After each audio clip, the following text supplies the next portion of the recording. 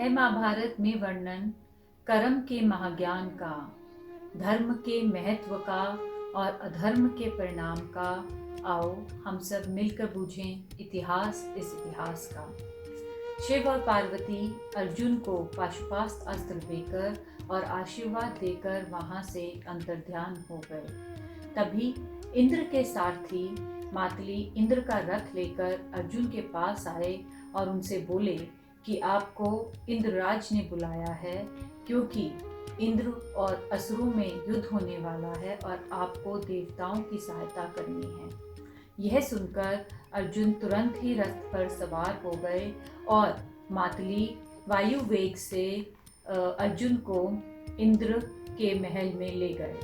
वहां पहुंचकर इंद्र, अग्नि, वायु, गंधर्व, अप्सराओं सब ने अर्जुन का बहुत ही भव्य स्वागत किया और उनको बहुत सारे दिव्यास्त्र दिए।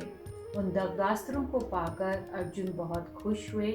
अर्जुन ने देवताओं की असुरों के खिलाफ हुए युद्ध में मदद की और देवता जीत गए। इससे अर्जुन की चारों ओर बहुत प्रशंसा होने लगी और फिर अर्जुन ने 5 वर्ष इंद्र लोक में ही रहकर गुजारे।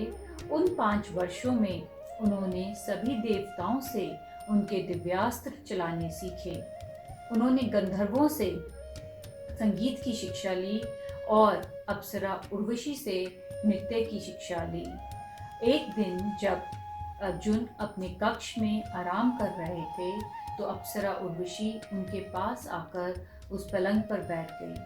अर्जुन एकदम से वहां से खड़े हो गए और उन्होंने उर्वशी से कहा, हे माते, अगर आपको कुछ काम था तो आपने मुझे बुला लिया होता। उर्वशी ने अर्जुन से कहा कि स्वर्ग की अप्सराएं किसी की माताएं या बहनें नहीं होती हैं। मैं यहाँ पर तुम्हारा प्यार पाने के लिए आई हूँ।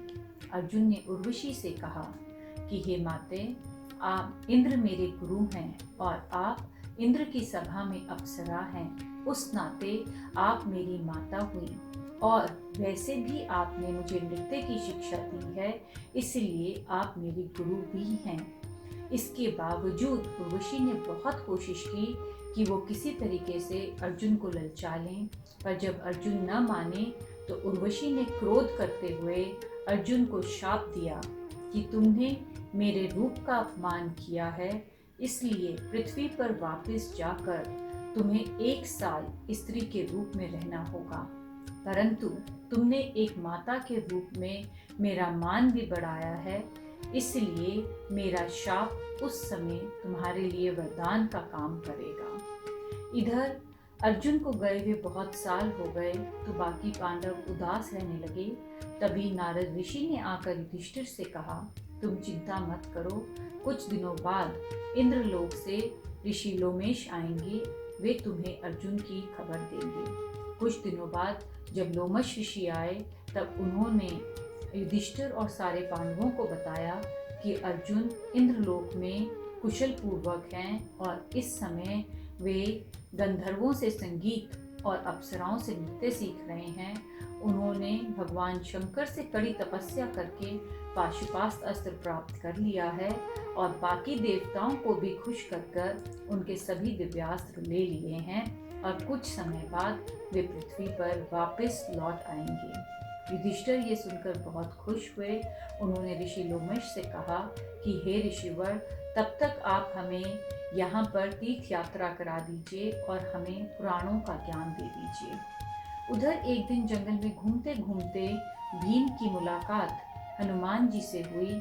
हनुमान ने भीम को आशीर्वाद देते हुए कहा, जब भी पांडवों और कौरवों में युद्ध होगा तब मैं अर्जुन की ध्वजा के ऊपर रहूंगा और तुम चिंता मत करो, इस युद्ध में पांडवों की निश्चय ही जीत होगी। अगले एपिसोड तक के लिए अलविदा, तब तक के लिए जय श्री कृष्ण।